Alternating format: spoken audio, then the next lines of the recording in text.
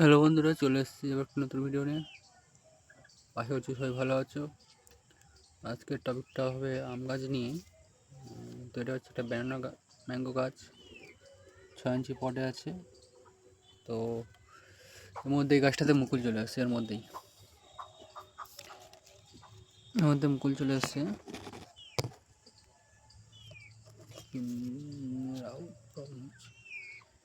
যাই হোক, এই গাছটাতে মুকুল চলে আসছে। আর পাশে দেখা পাচ্ছ, এটা হচ্ছে মিয়াজাকি, জাপানের বিখ্যাত আম, যেটা আমাদের মধ্যে খুবই প্রচলিত আম। মিয়াজাকি খেতে খুব সুন্দর, দুর্দান্ত কালার। তো গাছটা সব সিঙ্গেল ডালেই আছে।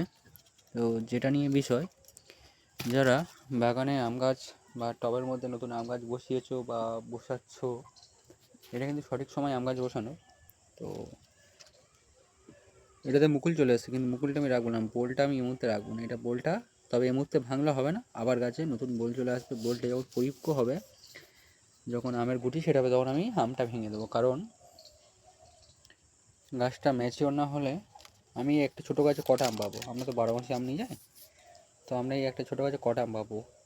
একটাই আম পাবো, দুটো পাবো। কিন্তু ফার্স্ট আমাদের কি 2 বছর আমাদের গাছের গ্রোথ বাড়াতে হবে, গাছটাকে ঝাংড়া বুশি করতে হবে। এখান দিয়ে আমি কেটে দেবো এটা, এই একটা, এখান দিয়ে 2টো, এখান দিয়ে 3টে, এরকম ডাল বেরোবে। হ্যাঁ, ডাল বেরোনোর ফলে আমাদের গাছটা বুশি হবে। তো সিস্টেম এটাই। তো যাদের কাছে মুকুল এখনও আসেনি, তারা কী করবে? তো প্রথম কথা বলি, এই সময় গাছে একটা পিজিআর স্প্রে করতে হবে, তার সাথে কিছু মাইক্রো নিউট্রিয়েন্ট যেমন জিঙ্ক, বোরন কিছু দিতে হবে। পটাশ জাতীয় খাবার গাছের গোড়ায় দিতে হবে। গাছকে একটু জল কষ্ট রাখতে হবে। যেমন গাছের গোড়া দেখো একদম শুকনো, হালকা একটু সকালে জল দিয়েছিলাম, হালকা ড্রাই আছে, বলতে গেলে শুকনো। সেভাবে জব করে ভিজে করে রাখিনি আমি গাছটা। তো এটা তোমাদেরকে দেখানোর জন্য। এই গাছটা একজন নিয়ে নিয়েছে। তো যদি কারো লাগে আমার সাথে কন্ট্যাক্ট করতে হবে। এরকম প্রচুর গাছ আমার কাছে অ্যাভেলেবেল আছে, আমের ভালো ভালো ভ্যারাইটি।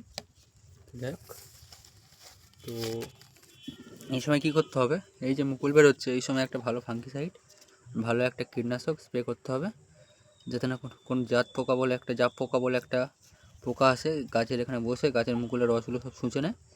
আর কুয়াশার কারণে গাছে প্রচুর ফাঙ্গাসের অ্যাটাক হয়, যে জন্য মুকুলগুলো ঝরে যায়। তো এই সময় সকালে জল স্প্রে করলে খুবই খুবই ভালো হয়।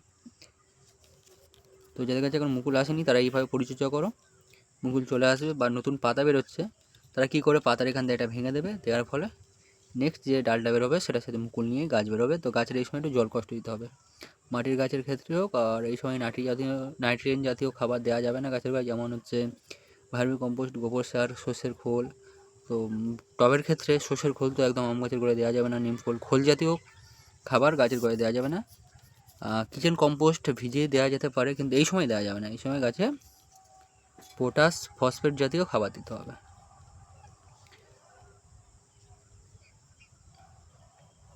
আজ এই পর্যন্ত, আজ আসি, কাল দেখা হবে, টাটা।